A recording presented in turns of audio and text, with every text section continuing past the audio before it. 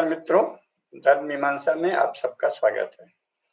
कृष्णाय वासुदेवाय हरये परमात्मने प्रणतक्लेशनाशाय गोविंदाय नमो नमः। वसुदेव सुतं देवं कंसचाणूरमर्दनं देवकी परमानंदं कृष्णं वंदे जगद्गुरुं। नारायणं नमस्कृत्य नरं चैव नरोत्तमं देवीं सरस्वतीं व्यासं ततो जयम् उदीरयेत्। मित्रों, हम लोग भारतीय राजनीति शास्त्र पर यह श्रृंखला चला रहे हैं और आज कल हमने ये बताया था कि राजा का मुख्य कार्य है धर्मनिरपेक्ष या अधर्मी लोगों को दंडित करना। आज उसके बारे में थोड़ा विस्तार से, माने वीडियो की दृष्टि से विस्तार से, शास्त्रों की दृष्टि से बहुत संक्षेप में, क्योंकि शास्त्र तो विशाल है, ऐसा मैंने बताया है। ग्रंथ के ग्रंथ भरे पड़े हैं जिनमें विस्तार से, विशेषकर न्याय और व्यवहार जिसे कहते हैं उसके विषय में तो अत्यंत विस्तार से धर्मशास्त्रों में चर्चा है, राजनीति शास्त्र के ग्रंथों में चर्चा है। तो उसे थोड़ा स्पष्ट करेंगे। तो राजा का सबसे बड़ा कर्तव्य क्या है? धर्मनिरपेक्ष लोगों का दमन, उनको दंडित करना। धर्म विमुख, धर्म निरपेक्ष, धर्म रहित, धर्म शून्य अधर्मी लोगों का निग्रह और उनका दमन, ये राजा का सबसे बड़ा कर्तव्य है। क्यों? ऐसा क्यों है? क्योंकि प्रजा रक्षण राजा का मुख्य काम है। बृहस्पति क्या कहते हैं? तत्प्रजा पालनम प्रोक्तम त्रिविध न्याय वेदिभिः। प्रजा का पालन जो है वही न्याय है, और न्याय वेदता कहते हैं कि प्रजा पालन ही मुख्य न्याय है। परचक्रात् चौर भयात् बलिनो अन्यायवर्तिनः प्राणिकस्तेन भयम् उपायैः शमये नृपः बलवत् परिभूतानां प्रत्यहं न्याय दर्शनैः। बृहस्पति क्या कहते हैं? राजनीति प्रकाश में इनका उद्धरण है कि प्रजा पालन ही सबसे बड़ा धर्म है, और इसके लिए जो दुष्ट लोग तरह तरह का चक्र चलाते हैं, पर चक्र कुचक्र चलाते हैं, उसका शोधन, शमन, उसको दंडित करना, और चोरों और डाकुओं से प्रजा की रक्षा करना, भीतरी आक्रमणों से और बाहरी शत्रुओं से प्रजा की रक्षा करना, और प्रजा की संपत्ति की रक्षा करना। और संपत्ति पर राज्य का कोई अधिकार नहीं है। ये हमने आपको पिछले वीडियो में बताया है कि जो भारतीय न्याय परंपरा है, शास्त्र परंपरा है, राज्य परंपरा है, उसमें संपत्ति का स्रोत है जो 5 बताए हैं। उसमें मुख्य है रिक्त या वसीयत, और वो कुल की संपत्ति होती है, व्यक्ति की नहीं होती। व्यक्ति की संपत्ति अलग से होती है, अर्जित, लेकिन मुख्य जो संपत्ति का सबसे बड़ा आधार है वो वसीयत, और उसको राजा, उसकी रक्षा करना राजा का काम है। उसके बारे में तरह तरह के कानून बना के उसका धन छीनना, उसको वंचित करना, ये तो पाप है। ऐसा राजा पापी कहा गया है। हमारे यहाँ 80 वर्षों से राजा लोगों ने लोगों की संपत्ति को एक खिलवाड़ की वस्तु मान लिया है, जो सभी धर्मशास्त्रों के अनुसार अधर्म है। खैर, तो अभी जो बात कर रहे हैं तो वो विविध धर्मशास्त्रों का सार हम बताएंगे। एक खास बात यह है, कामंदक ने जो सबसे अधिक स्पष्ट किया है, कामंदक नीतिशार ने, कि प्रजा को राजा के बड़े कर्मचारियों से सबसे पहले बचाना चाहिए। जो बड़े बड़े अधिकारी होते हैं उनसे रक्षा करना बहुत आवश्यक है। आयुक्त केभ्यः चोरेभ्यः परेभ्यो राजवल्लभात् पृथ्वीपति लोभाच्च प्रजानां पंचमा भयम्। प्रजा को कामंदक नीति क्या कहती है? प्रजा को 5 प्रकार के भय होते हैं।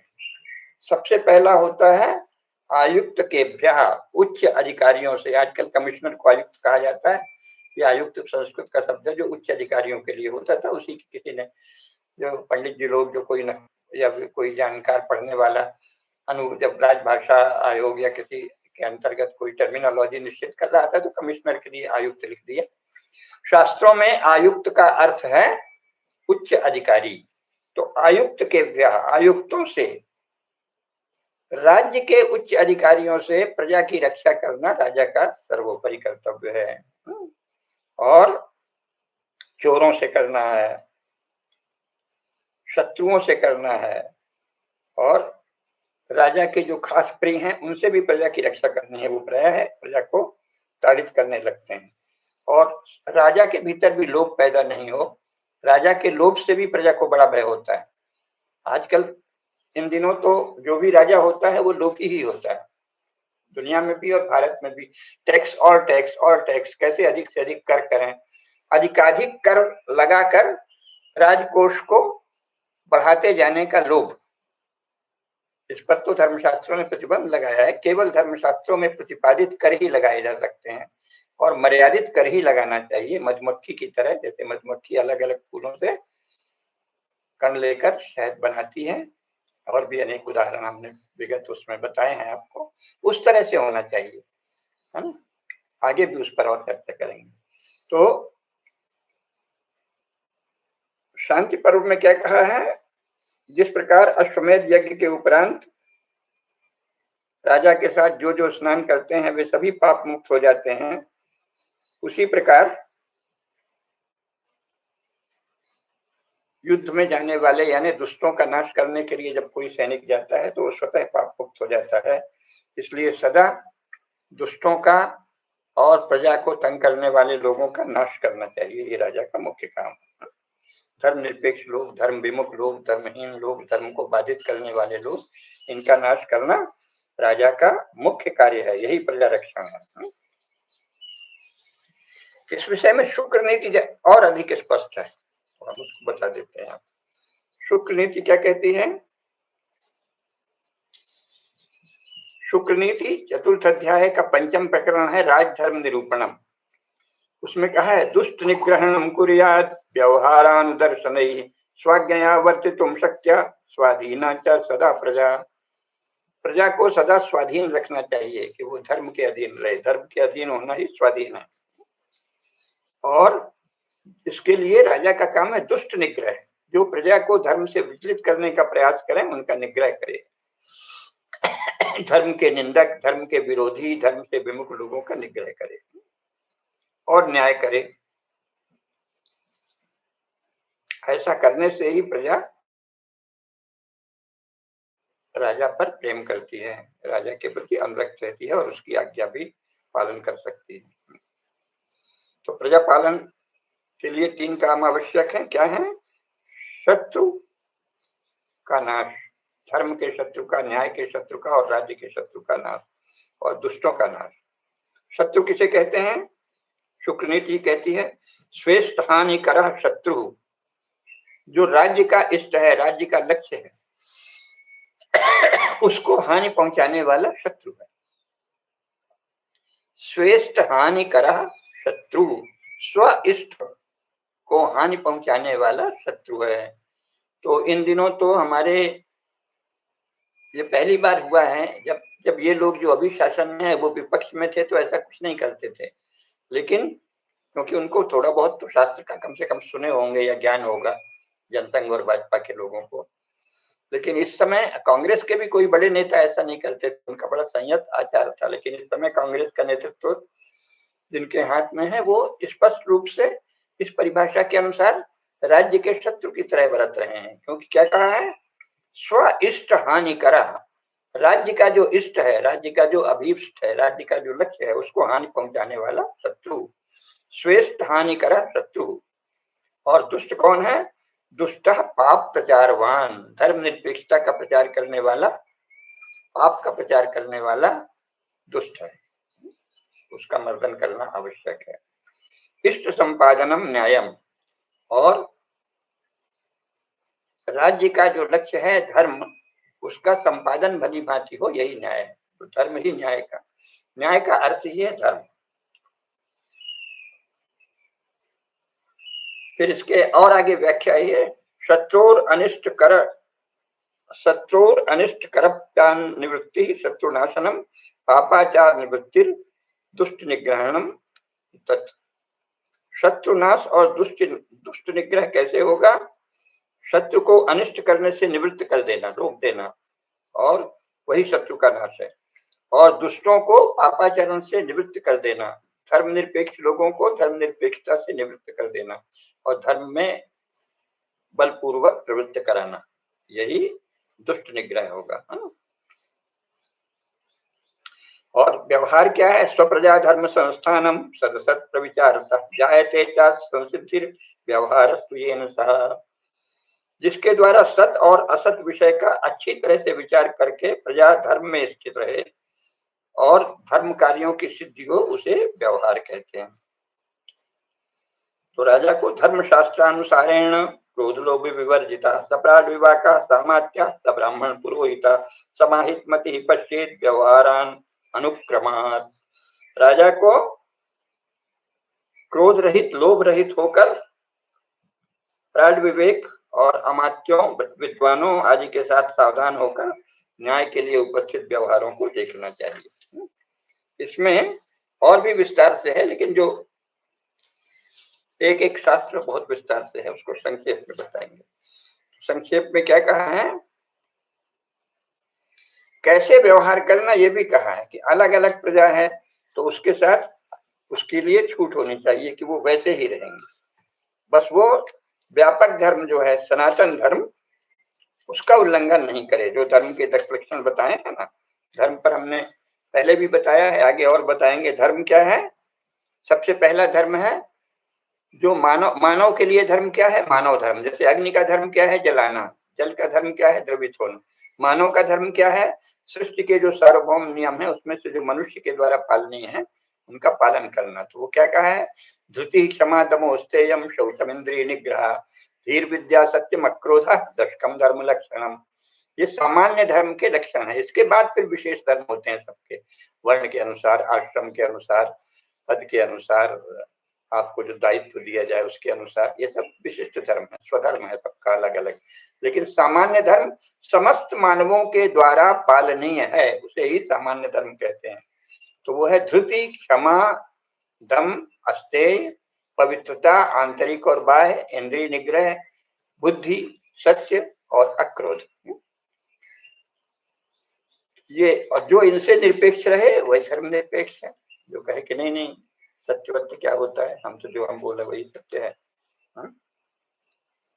वो अंश नहीं मिल रहा है इसमें। जैसे उन्होंने बहुत विस्तार से बताया है कि जिन समूहों में जो प्रचलित है उसको ही व्यवस्थित कीजिए, यानी राजा अपने मन से कोई नियम नहीं बनाए, धर्मशास्त्रों में जो लिखा है और जो परंपरा से चला आ रहा है जिसका जो पालन करना कर्तव्य, वो उसको करने दे। इसमें बहुत विस्तार से कहा है कि जिस कुल का, जिस श्रेणी का, जिस निगम का, जिस संघ का जो नियम है उसी का पालन सुनिश्चित करना, यही न्याय है, यही धर्म है। ये नहीं कि आप अलग से कोई कानून बनाने लगे अपने मन का, और लोगों का जो लोक परंपरा चली आई है उसको बाधित करना, वो जो है धर्म नहीं है। ये साफ साफ कहा। तो धर्म का अर्थ क्या है? न्याय का अर्थ क्या है? धर्म स्थापना। धर्म क्या है? जो मानव धर्म है, सभी के द्वारा पालनीय है, उसका पालन सुनिश्चित करना। फिर वर्ण धर्म और आश्रम धर्म का पालन सुनिश्चित करना। फिर अपने अपने कुल, अपनी अपनी सभाओं, श्रेणियों, संघों, ग्रामों, इनमें जो परंपरा चली आई है, अगर वो सनातन धर्म के विरुद्ध नहीं है, अर्थात मानव धर्म के विरुद्ध नहीं है, तो उसको चलने देना, उसी के अनुसार न्याय करना। ये नहीं कि आप अपने मन से कोई न्याय करने लगे, ये वर्जित है। ये साफ साफ सभी शास्त्रों में लिखा है।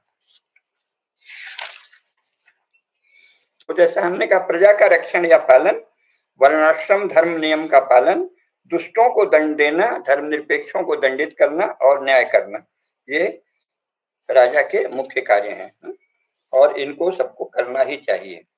शांति पर्व आदि में तो कहा है कि गाय, गौ और ब्राह्मण की रक्षा करने में अगर शासक मर भी जाए, इसमें शासन के अधिकारी भी शामिल हैं, बड़े शासकीय अधिकारी मर भी जाए तो पुण्य है, और कर्तव्य पालन करते हुए मरने में बहुत पुण्य है।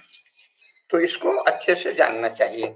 अगर हम, तो भारतीय राजनीति शास्त्र के अनुसार जहां तक न्याय की बात है, तो न्याय यही है कि मानव धर्म जो है, जो धर्मशास्त्रों में, सभी धर्मशास्त्रों में समान रूप से प्रतिपादित है, उसका पालन सुनिश्चित करना। फिर जो जिस वर्ण का है, अगर वो उस वर्ण को मान रहा है तो उस वर्ण के अनुसार चले, ये सुनिश्चित करना। अगर नहीं मान रहा है तो वो जो अपना बताए, लेकिन सनातन धर्म से विपरीत नहीं हो। कोई ऐसा नहीं कि अधर्म को धर्म कोई नहीं कह सकता कि ये तो हमारा धर्म है, हम दूसरों को मारेंगे, ये हमारा धर्म है, तो उसको दंडित करना होगा। लेकिन जो सनातन धर्म का अनुशासन है, दशकम धर्म लक्षणम का, उसके अनुशासन में अगर कोई समूह सर्वसम्मति से अपनी अपनी जाति, अपना श्रेणी, अपना निगम, अपना संघ, ये जो है अगर कोई नियम बनाता है तो राजा का या न्यायकर्ता का काम है कि उसी को सुनिश्चित करे, क्योंकि उसी से उद्देश्य तो प्रजा पालन है ना। प्रजा पालन कैसे होगा? प्रजा पालन तो तभी होगा कि प्रजा के जो सदा से परंपरा से चले आए हैं लक्षण, उनकी रक्षा करो। ये नहीं कि आप अपना कोई नियम लाद दें। तो इसको जानना चाहिए। ये बहुत विस्तार से हमारे शास्त्रों में बार बार कहा है। स्वप्रजा धर्म संस्थानम सदसत प्रविचारता जायते चा संसिद्धित व्यवहारत्वेन सा। प्रजा का अपना जो स्वधर्म है उसका सुनिश्चित करना, पालन। फिर इसके बाद उसमें बाकायदे पूरी प्रक्रिया का वर्णन आता है। लेकिन सबसे पहले तो ये जान लें कि न्याय करना, न्याय सब जगह यही है कि न्याय क्या है? धर्म की स्थापना ही न्याय है। जो धर्म से विचलित हो गए हैं उनको धर्म में पुनः स्थापित करना, यही न्याय है। इसीलिए जो न्यायाधीश के पद पर जब राजा बैठता है या कोई अधिकारी बैठता है तो उसको हमारे यहाँ धर्मासन कहा है। क्यों? क्योंकि वो धर्म के पक्ष में निर्णय लेगा, उसको धर्मासन ही कहा गया है।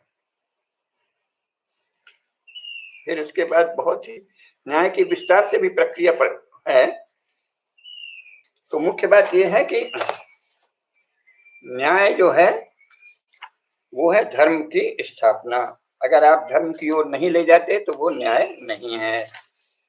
और न्याय जब करते हैं, न्याय की जो प्रक्रिया है उसे व्यवहार पद कहते हैं। और व्यवहार पद कितने हैं? मनु ने कहा है 18 व्यवहार पद हैं, लेकिन ये भी कहा है कि जरूरी नहीं है कि आप इनको ही मानिए, इनके अतिरिक्त भी हैं ये 18 व्यवहार पद। लेकिन आज भी मोटे तौर पे वो 18 व्यवहार पद सारे संसार में स्वीकृत हैं, जो यही मानव धर्मशास्त्र से ही गए हैं। वो कौन कौन से 18 पद हैं? मन ने जो कहा है वो है ऋणादान, निक्षेप, अश्वामी विक्रय, संभूय समुत्थान, दत्तस्थान, अपाकर्म, वेतनादान, संविद व्यतिक्रम, क्रय विक्रयानुसंशय, स्वामीपाल विवाद, सीमा विवाद, वाक पारुष्य, दंड पारुष्य, स्तेय, साहस, स्त्री संग्रहण, स्त्री पुनधर्म और विभाग, संपत्ति का विभाग और जूतमा हुआ।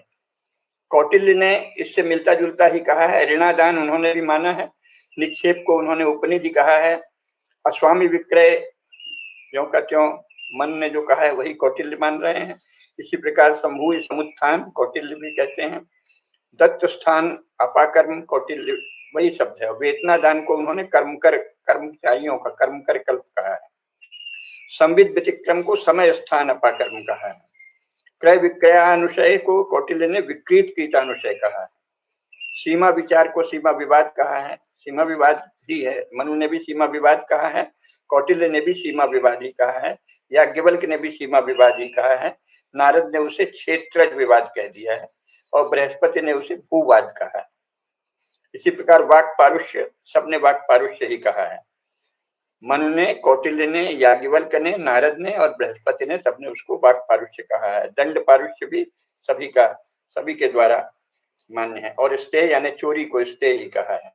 साहस के लिए भी सबने साहस का ही प्रयोग किया है, सिवाय बृहस्पति के। बृहस्पति ने इसके लिए वध शब्द का प्रयोग किया है जाने को। स्त्री संग्रहण भी सभी मनु, कौटिल्य, याज्ञवल्क्य, नारद और बृहस्पति चारों के द्वारा मान्य है। स्त्री पुनधर्म भी, विभाग को जिसे मनु ने विभाग कहा है उसे कौटिल्य ने दाय भाग कहा है। और याज्ञवल्क ने भी उसे दाय भाग कहा है, नारद ने भी दाय भाग कहा है और बृहस्पति ने भी दाय भाग कहा है। यानी मनु ने जिसको विभाग कहा है उसको शेष सभी राजनीति शास्त्रज्ञ विद्वानों ने दाय भाग कहा है। तो इस तरह से, और इसके बाद प्रकीर्णक होता है। तो ये 18 व्यवहार पद हैं और फिर प्रकीर्णक हैं। प्रकीर्णक में कितना भी हो सकते हैं, और मन ने भी कहा है कि ये कोई ऐसी संख्या नहीं है कि बस इससे आगे नहीं होगा। मोटे तौर पे जितने विषय आते हैं वो इन 18 व्यवहार पदों में समा जाते हैं।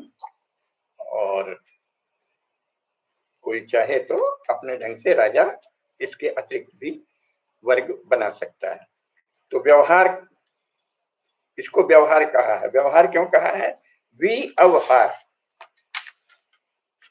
वी का अर्थ है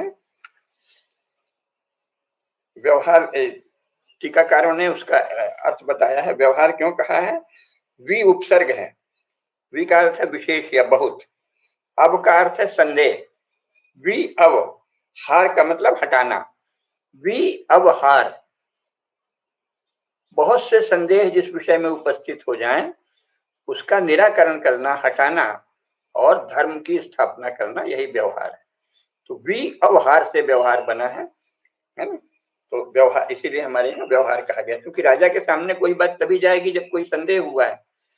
क्योंकि राजा स्वयं कोई कानून नहीं बनाता, कोई विधि नहीं बनाता अपने मन से, धर्मशास्त्रों के अनुसार सब चल रहे हैं, लोक परंपरा चल रही है, अपने अपने वर्ण, अपने अपने आश्रम, अपनी अपनी श्रेणी, अपने अपने संघ, अपना अपना शिल्पी समूह, अपने अपने नियम से चल रहे हैं।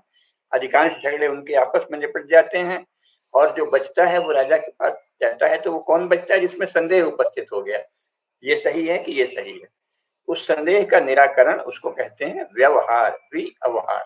इसीलिए हमारे यहाँ जिसे आजकल मुकदमा आदि कहते हैं उसको व्यवहार ही कहा। कौटिल्य ने तो विवाद पद शब्द का प्रयोग ही किया है, कोई विवाद हो गया है उसका निपटारा करना है।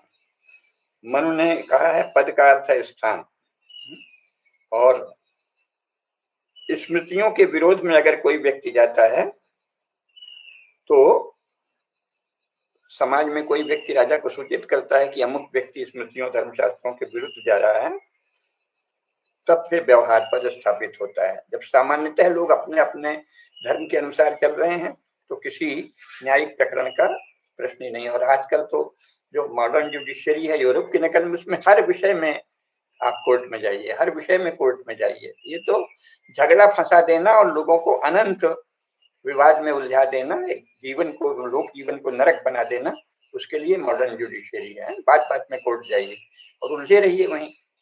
हमारे यहाँ क्या है, जब कोई संदेह हो गया है, अधिकांश जो वाद हैं वो अपने अपने स्तर पर निपटा लिए जाते हैं, और जब कुछ संदेह हो तो राजा के सामने जाते हैं। मन ने इसीलिए कहा है कि ये जो 18 संख्या हम बता रहे हैं ये कोई आदर्श नहीं है, लेकिन इसमें मुख्यतः सारे ही प्रकार के विवाद आ जाते हैं, इसलिए हमने 18 दिए। इसके बाद प्रकीर्णक है। प्रकीर्णक जो है वो भी, और सभी धर्मशास्त्रों ने बहुत विस्तार से इनका उल्लेख किया है। बहुत विस्तार है इनका, अगर वर्णन करेंगे तो बहुत समय लगेगा, लेकिन तो भी थोड़ा सा वर्णन इसके विषय में करना आवश्यक है कि न्याय कार्य की विधि क्या है। इसमें स्पष्ट रहा है कि जो न्यायाधीश है, जिसको धर्मासन कहते हैं, न्याय का जो आसन है उसको धर्मासन कहे हैं, क्योंकि न्याय का अर्थ है धर्म की स्थापना, धर्म सम्मत, धर्म की पुनः स्थापना, धर्म के विषय में जहां संशय हो गया उसका निराकरण करके धर्म को स्थापित करना, यही न्याय है। तो जो जस्टिस है उससे ये अलग है। जस्टिस का अर्थ होता है जो शासक है उसकी आज्ञा का पालन कराना, सुनिश्चित करना। जस जो है, जो मूल लैटिन है उसका है ओबीडियंस टू द अथॉरिटी, जस धातु है।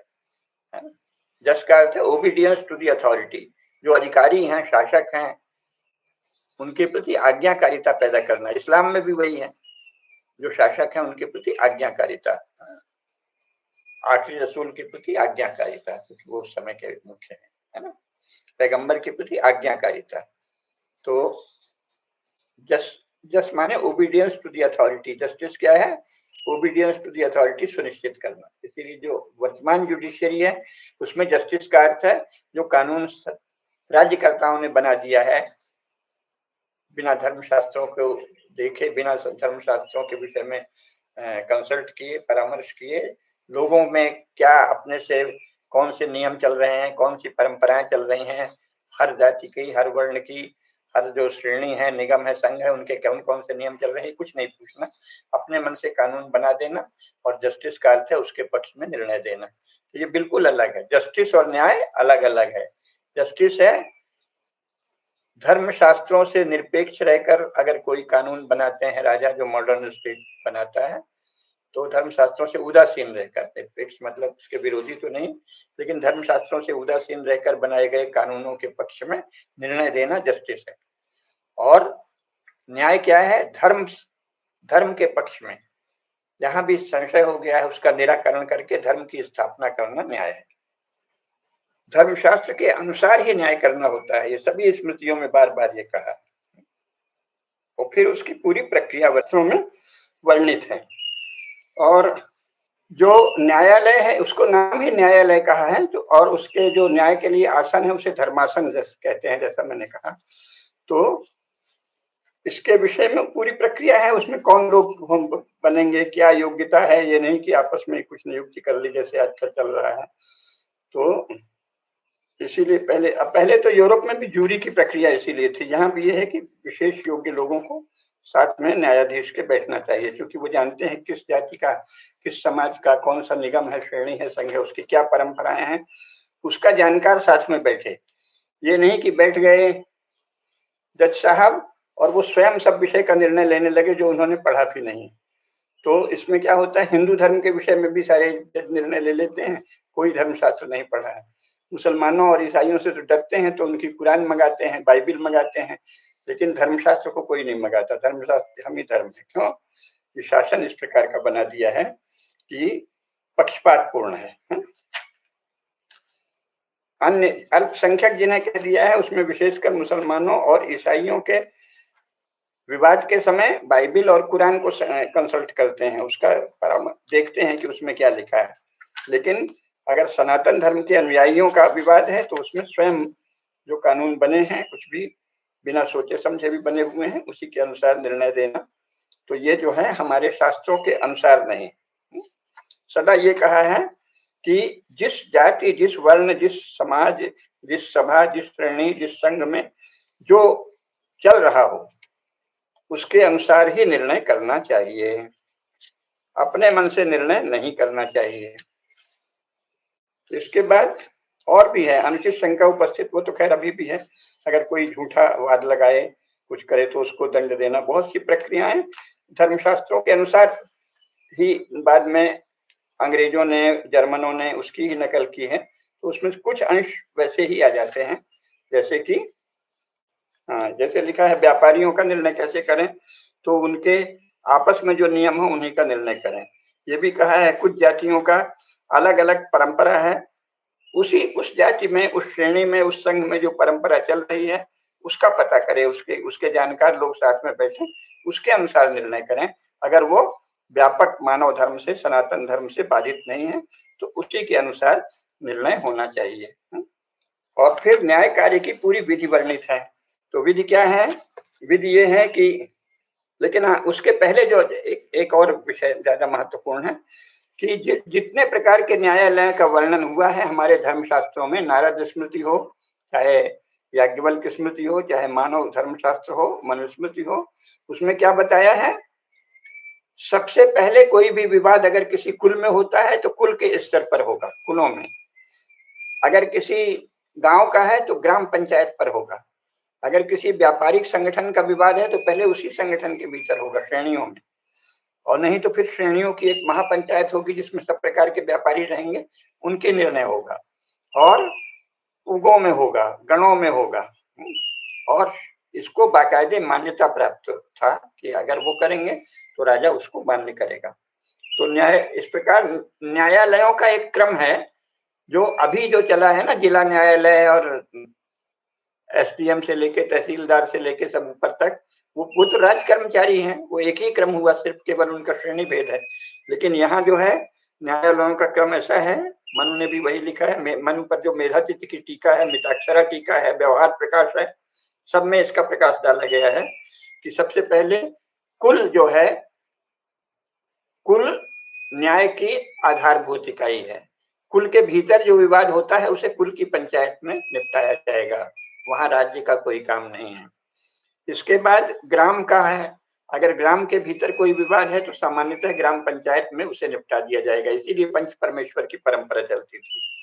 किन्हीं व्यापारिक संगठनों का है तो संबंधित व्यापारियों के संगठन में ही उसको श्रेणी में, निगम में, पूग में, संघ में निपटाया जाएगा, गण में निपटाया जाएगा। और इसके बाद फिर न्यायाधीश के पास जाते हैं, या सर्वोच्च न्यायाधीश शासक जो होता है राजा, उसके पास जाते हैं। पहले सुप्रीम कोर्ट राजा स्वयं होता था, सर्वोच्च। तो इसको बताया है। कुल किसे कहते हैं इसकी व्याख्या भी की है मेधातिथि ने। कुलानी का अर्थ है रिश्तेदारों का दल, संबंधियों का समूह, उसको कुल कहते हैं। और गण का अर्थ है जो एक समूह होता है, किसी मठ में रह रहा है, किसी एक उसमें रह रहे हैं, वो गण है ना। और श्रेणी तो व्यापारियों की जो सभा है वो श्रेणी है। इस प्रकार इन सबके अर्थ दिए हुए हैं। और इसी के कारण जो भारत की न्याय प्रक्रिया है वो बहुत उदार थी और बहुत विराट और प्रशस्त थी। ऐसा नहीं है कि बस एक सरकारी कर्मचारी ऊपर से नीचे तक बैठ गए और ऊपर कह दिया, ऊपर से ये भी कह दिया कि न्यायपालिका स्वतंत्र है। उसमें भारत के लोगों को भ्रम पैदा करने का काम बहुत करते हैं वर्तमान शासक, और इसमें मीडिया, संचार माध्यम भी सक्रिय होते हैं। न्यायपालिका स्वतंत्र है, इसका क्या अर्थ है? कोई नहीं बताता इस बात को।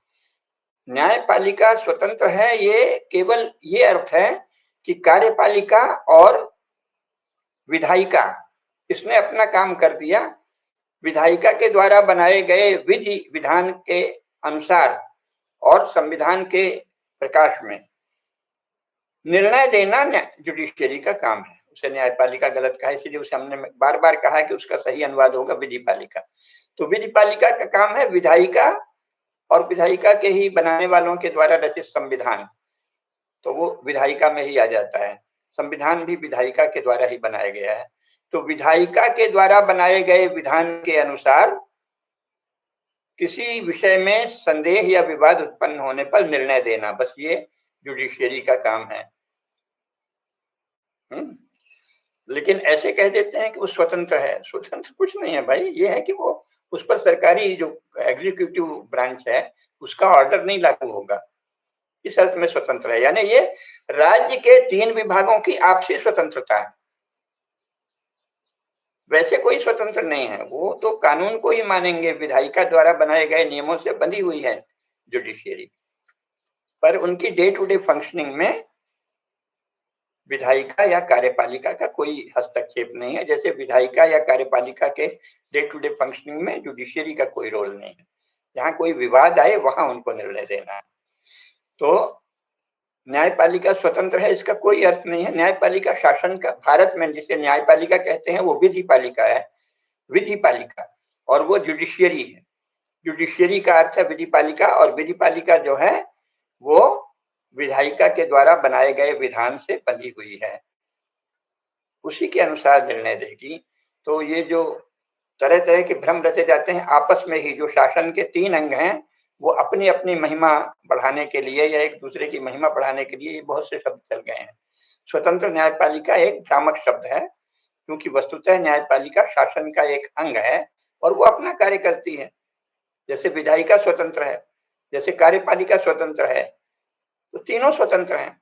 इसमें अकेले न्यायपालिका को स्वतंत्र अलग से कहने का क्या अर्थ है? वो शासन का एक विभाग है।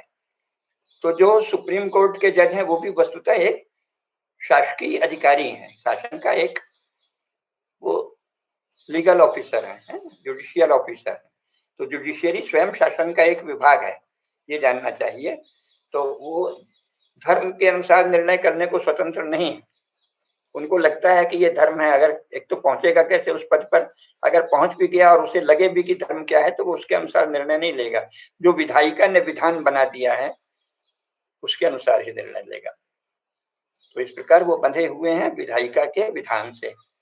स्वतंत्र वो है जो धर्म के अनुसार निर्णय करे, तो स्वतंत्र नहीं है, विधायिका के विधान से बने हुए हैं। भारत में जो था वो क्या था, धर्म को ही मुख्य कहा गया है। न्याय, न्याय धर्म की स्थापना ही न्याय है। तो कुलों के स्तर पर व्यवहार के अपने नियम हैं, अपने परंपराएं हैं।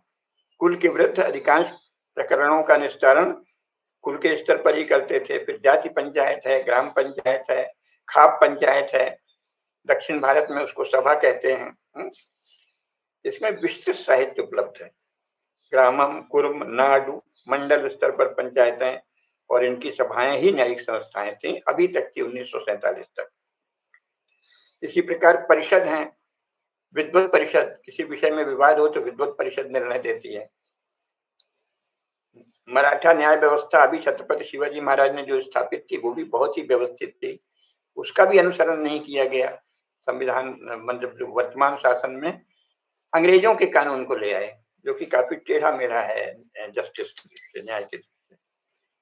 धर्मशास्त्रों में ये स्पष्ट उल्लेख है कि ग्राम के स्तर पर जो ग्रामिक या ग्रामकूट होते हैं वे उस स्तर में अधिकांश अपराधों और विवादों का निर्णय करने में समर्थ हैं। इसी प्रकार विभिन्न व्यापारिक वर्गों की श्रेणियां जो हैं वो अपने अपने व्यापारियों के मध्य होने वाले विवादों पर न्यायिक निर्णय करती हैं। स्मृति चंद्रिका ने 10 प्रकार के न्यायालय लिखे हैं। एक कुल का न्यायालय, फिर ग्राम सभा, फिर नगर सभा, गण, श्रेणी आदि। उसमें लिखा है कि अगर ग्राम के स्तर पर किसी बात के विषय में धर्म निर्णय न हो तो वो प्रकरण नगर स्तर पर जाता है, वहां भी नहीं हो तो सीधे उच्च स्तर पर जाता है, शासन के स्तर पर। और ये सभी निर्णय धर्मशास्त्रों के अनुसार ही होंगे। मानव धर्मशास्त्र क्या कहता है, जाति जानपदान धर्मान श्रेणी धर्माश्च धर्मविद समीक्ष कुल धर्मांश स्वधर्मम प्रतिपादये। जाति धर्म को का ज्ञान होना चाहिए जो न्यायासन पर बैठा हुआ है, या तो अपने उसमें सभ्यों को, जो जिन्हें जूरी कहते थे यूरोप में अभी कुछ समय पहले तक, जूरी होनी चाहिए। ये अकेले जज निर्णय करते हैं, वो कभी न्याय प्रायः है, जो जटिल विवाद है उनमें न्याय नहीं हो पाता। तो जाति धर्म, जनपद धर्म, जाति जानपदान धर्मान, किस जाति में कौन सा धर्म मान्य है परंपरा से, अगर वो सनातन धर्म के अनुरूप है, उसका विरोधी नहीं है, तो उसके अनुसार ही निर्णय होना होगा। अगर उस जाति का निर्णय है, किसी जनपद का निर्णय है तो जानपद धर्म है, जाति जानपदान धर्मान, जानपद धर्मों को जानना चाहिए। इसी प्रकार व्यापारियों की श्रेणी, श्रेणी धर्माश्च धर्मविद, धर्मवेदता को श्रेणी धर्म को भी जानना चाहिए। इसके लिए स्वयं नहीं जाने तो सभ्य कहते हैं उसे, आधुनिक भाषा में जूरी, वो होनी चाहिए हर जगह। समीक्ष कुल धर्मांश स्वधर्मम प्रतिपादये, और कुल धर्मों की समीक्षा करके फिर निश्चय होता है कि स्वधर्म किसी का क्या है, उसके अनुसार वो चल रहा है कि नहीं। स्वानि कर्माणि कुर्वाणा दूरे संतोपि मानवा प्रिया भवन्ति लोकस्य स्वे स्वे कर्मण्यवस्थितः। अपने अपने कर्म का, अपने अपने स्वधर्म का सब पालन कर रहे हैं, तभी लोक रक्षण होता है, प्रजा पालन होता है। इसीलिए न्यायाधीश को चाहिए कि विभिन्न जातियों का धर्म, प्रत्येक जनपद का धर्म, अलग अलग श्रेणियों का धर्म जाने और संबंधित पक्षों के धर्म की समीक्षा कर फिर यह व्यवस्था करे कि वे सब अपने अपने धर्म का पालन करते रह सकें।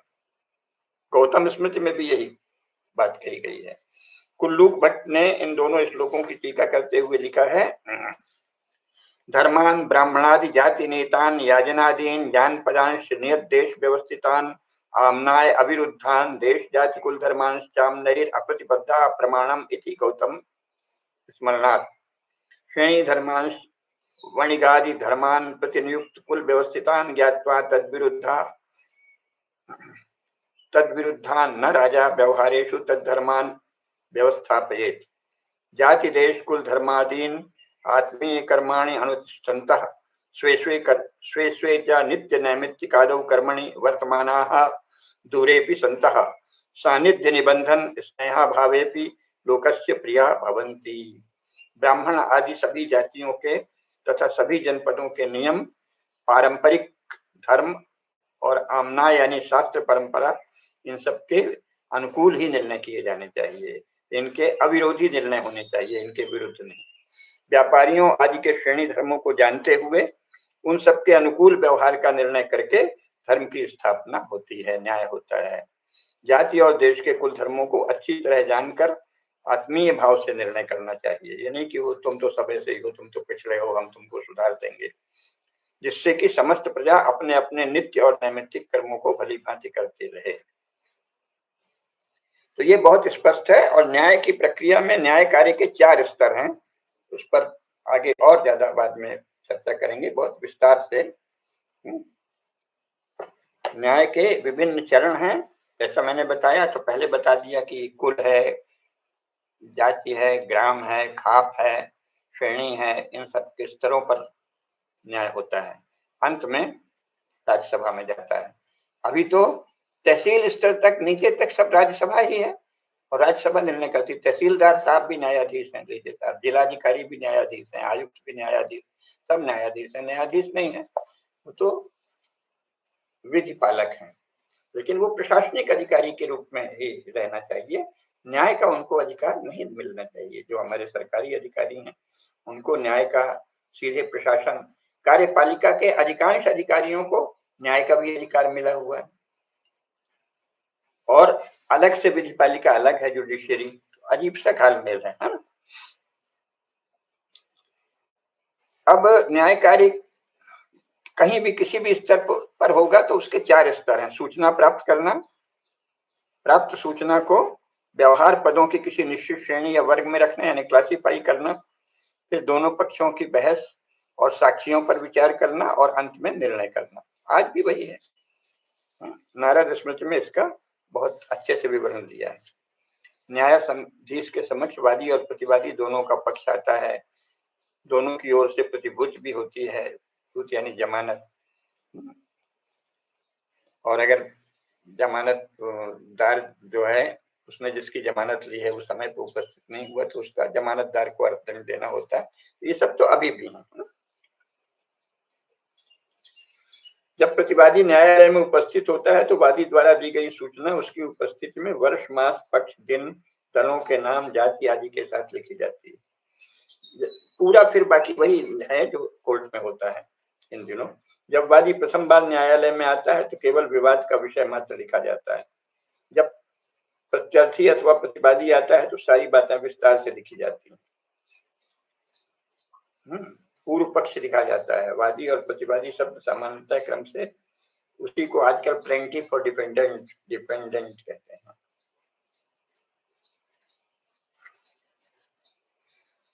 तो प्रत्यर्थी और अभियुक्त, प्रतिवादी के लिए प्रत्यर्थी भी कहते हैं, अभियुक्त भी कहते हैं। और इस तरह से बड़े विस्तार से लिखा है सारे धर्मशास्त्रों में। कात्यायन के अनुसार न्यायाधीश पक्ष को बड़ी सावधानी से लिखित करता है, यानी पक्ष का अर्थ हुआ प्लेंट। इस विषय में विशेष वर्णन बहुत सारे धर्मशास्त्रों में है। कात्यायन में, कौटिल्य ने भी लिखा है, व्यवहार तत्व में है और मिताक्षरा में है, बृहस्पति में है, स्मृति चंद्रिका में है, व्यवहार मयूख में है। अनेक धर्मशास्त्रों में इसकी पूरी प्रक्रिया दी हुई है। और वस्तुतः जैसा मैंने बताया जर्मनों और अंग्रेजों और फ्रेंच लोगों ने लिया यहीं से है, क्योंकि उनके यहाँ इसके पहले कोई ऐसे विस्तृत नियम लिखित नहीं थे। सामान्यतः है वाद के लिए कोई शुल्क नहीं देना पड़ता था परंपरा से। मारपीट, फौजदारी के विवाद में कोई न्यायालय शुल्क नहीं। आजकल तो फौजदारी में सबसे ज्यादा न्यायालय शुल्क है। कोई न्यायालय शुल्क नहीं रहता।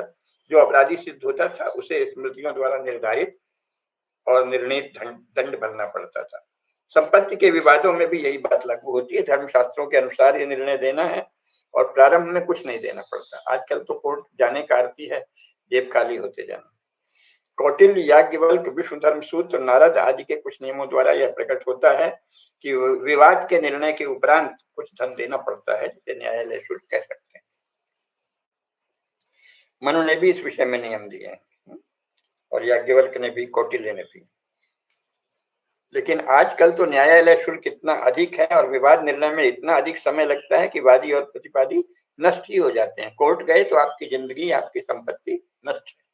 तो ये तो न्याय नहीं, अन्याय का केंद्र हो गया, विनाश का केंद्र, बल्कि अन्याय भी नहीं। तो हमारे यहाँ जो प्रक्रिया है वो इतनी सुगम है, इतनी सहज है कि कभी इस तरह की समस्याएं आ ही नहीं सकती। क्योंकि विलंब करने से न्याय की मृत्यु हो जाती है, ये भी धर्मशास्त्रों में लिखा है, विलंब नहीं होना चाहिए। फिर उसका पूरा अनुक्रम भी दिया है, जो मोटे तौर से आधुनिक कोर्ट में भी चलता है, इसलिए उस पर विस्तार से नहीं जा रहे हैं। कि पहले वादी, अर्थी या अभियोक्ता अपना आवेदन प्रस्तुत करता है, फिर प्रतिवादी, प्रत्यर्थी या अभियुक्त प्रत्युत्तर उपस्थित करता है, फिर इनके उपरांत न्यायालय के सदस्य विचार विमर्श करते हैं और फिर निर्णय सुनाता है। लेकिन उसको इतना लंबा नहीं करते कि डेट पर डेट हो रही है, हियरिंग पर हियरिंग, पेशी पर पेशी। ये सब तो थकाने और पैसा लूटने या पैसा खसोटने का एक तरीका हो गया है, जो न्याय नहीं है, किसी भी रूप में न्याय नहीं है। ये तो एक सरकारी विभाग का भरण पोषण है, न्याय नहीं है ना। बाकी सारे वर्ण वही हैं। अच्छा, शासकीय जो आलेख हैं उनके विषय में भी हमारे धर्मशास्त्रों में ही सबसे विस्तार से लिखा है। विष्णु धर्म सूत्र ने 3 प्रकार के प्रमाण पत्र बताए हैं। वह जो राजा के समक्ष लिखा जाए, यानी राज्य कर्मचारियों के सम्मुख लिखा जाए, या जिस पर साक्षियों, भले राजा के सम्मुख न लिखा जाए लेकिन साक्षियों के हस्ताक्षर हो, और जो बिना साक्षियों के हस्ताक्षर का हो। तो जो राजा के या राज कर्मचारियों के समक्ष लिखा जाए वो प्रकार तो आजकल बहुत चल रहा है, जिसे रजिस्टर्ड डॉक्यूमेंट कहते हैं, और राजकीय लेख्य प्रमाण। लेकिन समाज के प्रतिष्ठित लोग स्वयं जो लिखते हैं वो भी उतना ही प्रमाण माना जाता था, वो अब समाप्त कर दिया है आधुनिक जुडिशियरी में। ये मान लिया गया है कि समाज तो स्वभाव से झूठा होता है, समाज के लोगों को तो झूठ, समाज के प्रतिष्ठित से प्रतिष्ठित व्यक्ति झूठ बोलेंगे, सरकारी कर्मचारी छोटे से छोटा भी है तो वो सच्चा है। तो वर्तमान व्यवस्था कैसे चल रही है? सभी सरकारी कर्मचारी सच्चे हैं, उनका लिखा प्रमाण है, उनका लिखा बिल्कुल निश्चित रूप से सत्य की प्रस्तुति है, जब तक जांच ना हो जाए कोई अलग से, विभागीय जांच नहीं हो। विभागीय जांच तो कभी कभी होती है। शासकीय कर्मचारी का लिखा पक्का, और अलग से बड़े प्रतिष्ठित धर्मनिष्ठ सदाचारी व्यक्तियों ने कुछ हस्ताक्षर करके कोई लेख तैयार किया, उसकी कोई कीमत नहीं, बहुत कम कीमत है उसकी, बस एक रेफरेंस के रूप में आ जाएगा। तो ये तो भयंकर है ना। लेकिन चूंकि ये व्यवस्था ऐसी है, हमने जैसा बार बार बताया है कि ये तो राज्य केंद्रित है, इसमें राज्य ही सर्वाधिकारी है, तो समाज की सारी शक्ति छीन ली गई है। तो जो न्याय होता है वो भी राज्य कर्मचारियों के हित में अधिक होता है, संबंधित पक्ष के हित में बहुत कम होता है। पहले तो राज्य कर्मचारियों का पोषण होता है, वकील भी उस अर्थ में राज्य कर्मचारी का ही एक अंग हुए, उस प्रक्रिया के विधि की जुडिशियल जो प्रोसेस है, जुडिशियल प्रोसीजर है, उसका पार्ट है वकील, तो विभागीय अंग हुए ना। तो उनको सबको बढ़िया कमाई होती रहे, बाद में देखी जाएगी कि न्याय होता है कि नहीं होता, और अगर अन्याय हो भी जाए तो फिर अपील करिए, फिर अपील करिए, और आप असहाय हैं। समाज की किसी भी मान्यता परंपरा का कोई मूल्य नहीं है, सरकारी कर्मचारी की हर बात जो है वो मान्य है। ये आधुनिक न्याय व्यवस्था है जो परंपरागत न्याय से बिल्कुल अलग है। राजकीय लेख प्रमाण के लिए भी लिखा है कि सुंदर संस्कृत में लिखा हो, और साधारण जनता द्वारा प्रस्तुत लेख प्रमाण जो है डीड, वो जनभाषा में या स्थानीय भाषा में प्रयुक्त किया जा सकता है। राजकीय लेख प्रमाण के 3 प्रकार धर्मशास्त्रों में बताए हैं। शासन अर्थात राज प्रदत्त भूमि का पत्रक, जय पत्र अर्थात किसी वाद में व्यवहार में जीत हुई है उसका, और प्रसाद पत्र यानी कोई वीरता का पारितोषिक या भक्त वत्सलता का राजा के द्वारा पुरस्कार दिया गया है। 3 प्रकार के राजकीय अभिलेख होते हैं। शेष जो है समाज के लोगों के अभिलेख हैं, जो उतने ही मान्य होते हैं जितने की राजकीय अभिलेख। तो वो इस समय नहीं है, इस समय केवल राजकीय अभिलेख मान्य। शासन, जय पत्र, आज्ञा पत्र और प्रज्ञापना पत्र।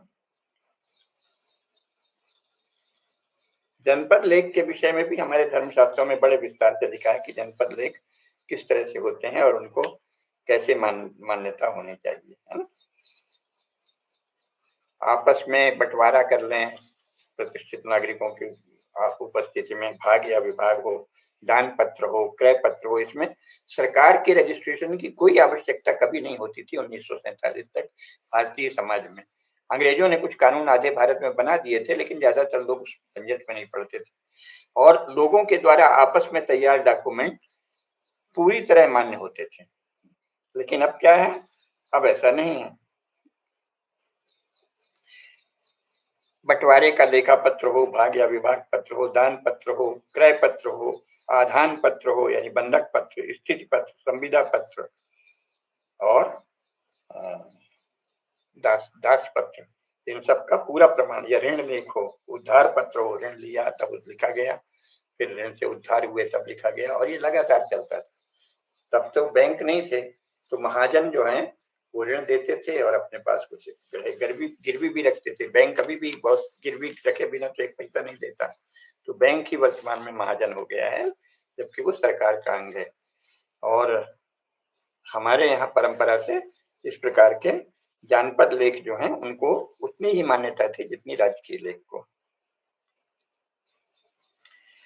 निजी तौर पर आपस में जो लिखेंगे लोग उनके जानपद प्रमाण पत्र, उनके दो कोटि बताई गई है, एक है चिरक और एक चिरकहीन। चिरक वो है जिसे पुश्तैनी लिपिक लिखे, ये जरूर था कि जो परंपरागत लिपिक हैं, जो लिपिक का काम करने वाले लोग हैं, जो बाद में कायस्थ कहलाए अधिकांश जगह, कायस्थों से लिखवाया जाता था क्योंकि वो भाषा जानते थे। ये पुश्तैनी लिपिक राजधानी में रहते हैं और इनके पास दोनों पक्ष के लोग साक्षियों और पिताओं के हस्ताक्षर के साथ पहुंचते हैं। इसका विवरण भरा दिया हुआ है धर्मशास्त्रों में। और फिर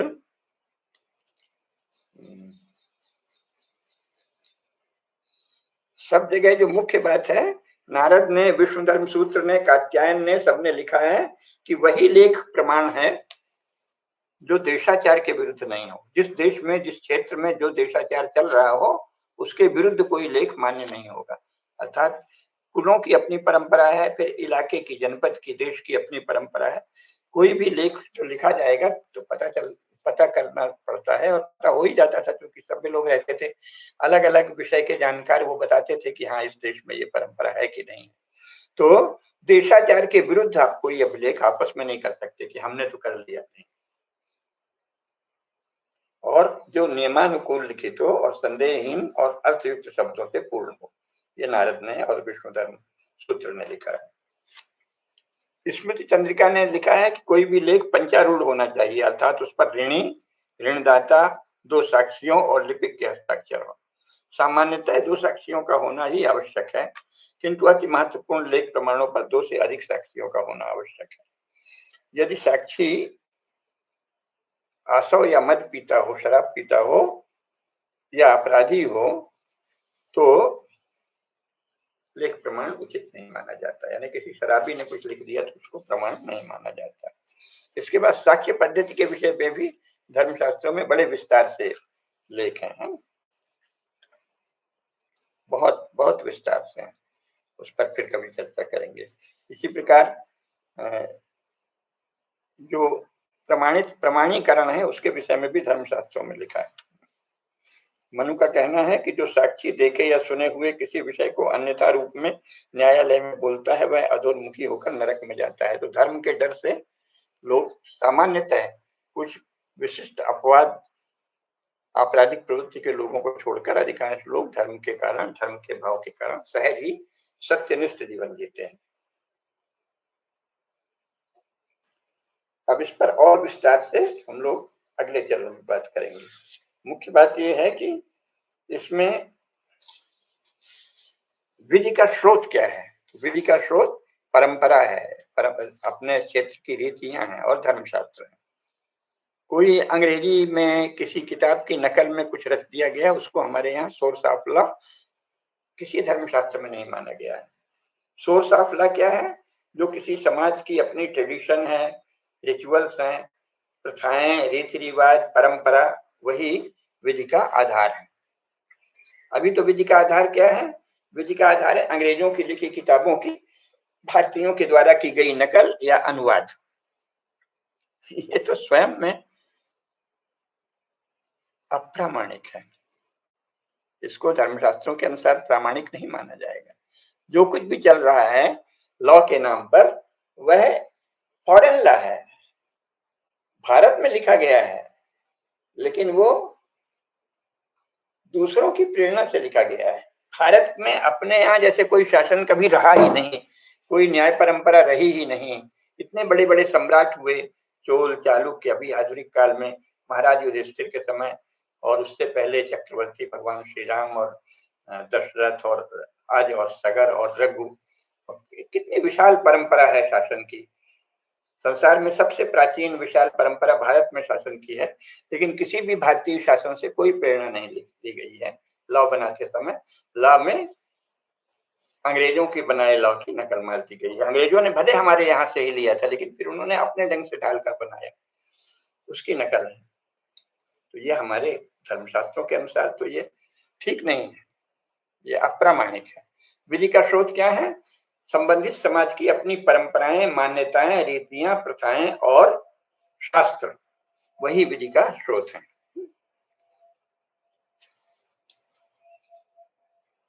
और प्रत्येक व्यक्ति का दायित्व है सबसे पहले अपने कुल की परंपरा का पालन करना और उसकी पुष्टि करना, फिर अपनी विद्या परंपरा का पालन करना और उसकी पुष्टि करना, फिर सनातन सार्वभौम नियमों सत्य, अहिंसा, संयम, अस्तेय, मर्यादित जीवन के द्वारा सृष्टि चक्र को प्रवर्तित रखने में अपनी शक्ति और सामर्थ्य के अनुसार योगदान देना। ये सब क्या है? प्रत्येक व्यक्ति के मुख्य कर्तव्य है। उसी को भगवान ने कहा, एवं प्रवर्तितम चक्रम नानुवर्तयति यः अघायुरिन्द्रियारामो मोघम पार्थ सजीवति। जो सृष्टि चक्र मैंने प्रवर्तित कर रखा है, उसके अनुसार जो नहीं जीता, वो तो उसके लिए बहुत ही कठोर शब्दों का प्रयोग है। तो धर्मशास्त्र और कुल, देश और क्षेत्र की परंपराएं, यही विधि का स्रोत है। अपने अपने कुल की, अपने अपने क्षेत्र की, अपने अपने जनपद की, अपने अपने देश की परंपराएं और धर्मशास्त्र, ये विधि का स्रोत है।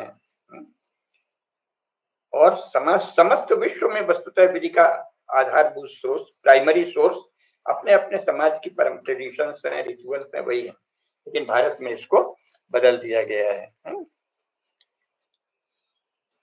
और जो परंपरागत विचार है, उसमें पाप का विचार बहुत महत्वपूर्ण रखता है। पाप का विचार नहीं किया तो फिर धर्म की स्थापना कैसे होगी? धर्म के प्रतिकूल जो आचरण है वो पाप है। तो उसके लिए